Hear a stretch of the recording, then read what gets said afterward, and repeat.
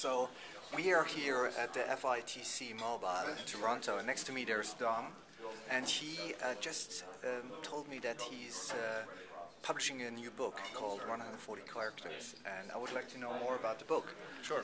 When will it be like in the market or published or? Well, it'll be available in US and Canada starting October 19th. And it's a style guide for the short form entitled 140 Characters, and it's about what fits in that space of 140 characters. So I did a survey of all the literary styles that will fit there, from poetry to one-liners, comedy one-liners, to different types of messages that could fit in there. Hypertext, and the various constraints that require creativity. And I put all those in the book, as well as the history of Twitter from a founder's perspective. I was one of the 14 original creators of the service back in 2006 when I worked at a company called Odeo. I was the head of quality. I was the only test engineer at the company, so I got to use every feature as it came out the door. So that was my that was my perspective. So I wrote the history of Twitter into the introduction, and there are 18 more chapters about how to be effective and communicate in a small space. How was it writing so many words about 140 characters service? It was a challenge, but I developed a technique based on the practice of writing 140 characters at a time. It's a fragmentation technique, so I take the word that I'm looking for and I just write it down. Okay. And then I build around that, and then I build a sentence, and then a paragraph, and then a page, and then a chapter. And so it was a huge challenge, but I did it extremely fast. I got the contract signed in June. Actually, I got this contract signed in July, and then I finished the book August 3rd.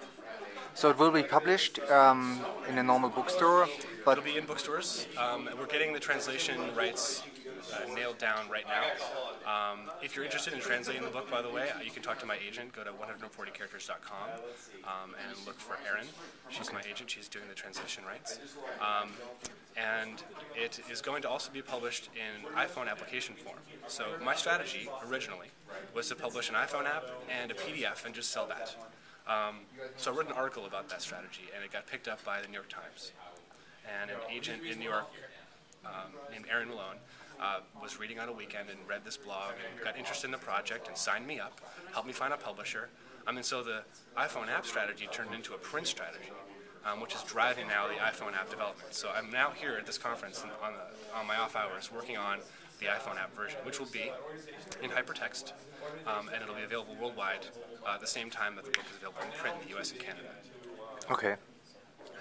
So will you do the PDF version as well, or just the iPhone and the... I think the PDF version may need to wait. I'm not sure about that. I have to talk to my publisher. Yeah. The issue is they're already offering a Kindle download, and they may also be offering other downloads. And so I'm going to try to let them do that. Yeah. And I'm going to focus on the hypertext version.